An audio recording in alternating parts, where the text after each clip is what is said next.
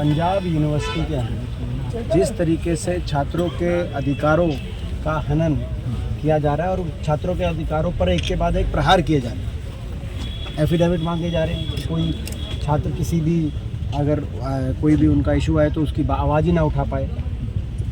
आपने देखा सेनेट को भंग किया जा रहा है। जो पंजाब यूनिवर्सिटी जब से बनी तब से यहाँ पे एक सेनेट है और उसमें इलेक्टेड मेंबर्स होते हैं और उसको एक प्रजातांत्रिक तरीके से यूनिवर्सिटी की फंक्शनिंग में सेनेट की एक भूमिका होती है, उस सेनेट को भंग किया जा रहा है। और यही नहीं, एक एसओपी एक आई है कि भाई कोई भी प्रोग्राम कोई कराएंगे तो उसकी परमिशन यूनिवर्सिटी दे और वो यूनिवर्सिटी ये तय करे कि वो स्पीकर वह कैसा है, ठीक है, गलत है, क्या है। और उसके बाद यानी कि एक ही विचारधारा यानी कि बीजेपी सत्ताधारी दल, उनके अलावा बाकी किसी विचारधारा के लोग यूनिवर्सिटी में आ ही नहीं पाएंगे, प्रोग्राम भी नहीं हो पाएंगे।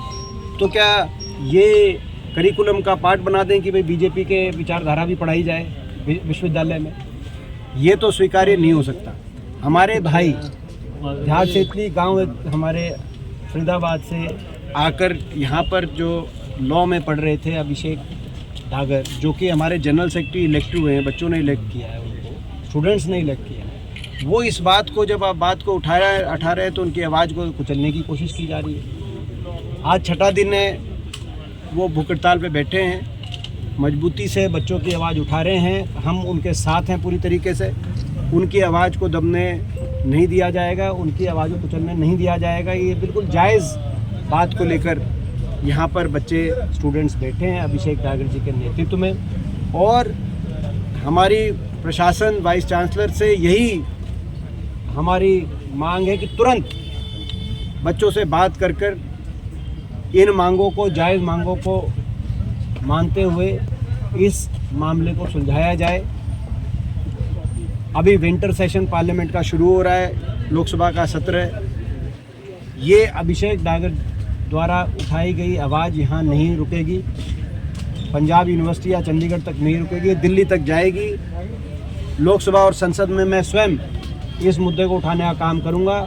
इस तरीके से विश्वविद्यालय का भगवाकरण नहीं बर्दाश्त किया जाएगा। छात्रों के अधिकारों को यूँ नहीं, उनसे हनन नहीं स्वीकार किया जाएगा और इस बात को हम लोकसभा में, पार्लियामेंट में उठाएंगे। सर, जिस तरीके से हम बात करते हैं सिंडिकेट और सेनेट की, पंजाब विधानसभा ने वो लॉ पास किया और एक डिपार्टमेंट नोटिफिकेशन जारी करता है जिससे विधानसभा के एक्ट को हम कहें कि ख़त्म नहीं किया जा सकता है।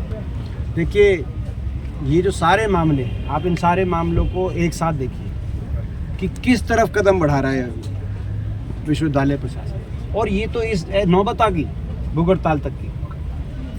आप और हमने पंजाब यूनिवर्सिटी को कितने वर्षों से इनकी फंक्शनिंग देखी है पंजाब यूनिवर्सिटी की, लेकिन कभी ऐसी नौबत तो नहीं आई कि छात्रों के अधिकारों को और प्रजातंत्र को बचाने के लिए और पंजाब विश्वविद्यालय की एक निष्पक्षता रहती थी। हमारी भी सरकारें रही हैं, लेकिन कभी ये निष्पक्षता की तो बात आई नहीं, प्रश्न नहीं आया कि भाई यूनिवर्सिटी को किसी भी इस तरह के कार्रवाई से प्रशासन को बचना चाहिए।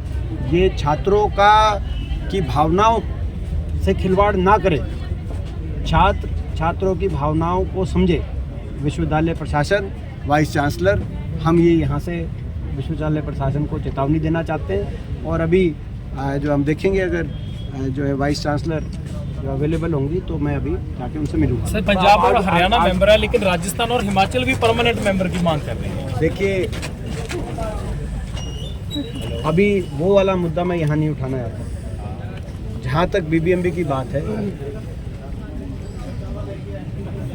उस मामले में हम कई बार प्रेस में हरियाणा के अधिकारों को लेकर अपनी बात रख चुके हैं, लेकिन क्योंकि अभी विश्वविद्यालय में सारे स्टेट्स के लोग हम अपनी बात रख चुके हैं, हरियाणा के अपने अधिकार हैं, उन अधिकारों को सुनिश्चित करने में कहीं ना कहीं केंद्र सरकार नाकाम रही है।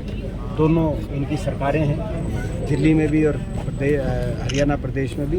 तो वो मुद्दा हम विस्तार से अपनी बात बोल चुके हैं। आज का यही मुद्दा है, फिर आप बाकी मुद्दे उठा लोगे, ये मुद्दा छोड़ो।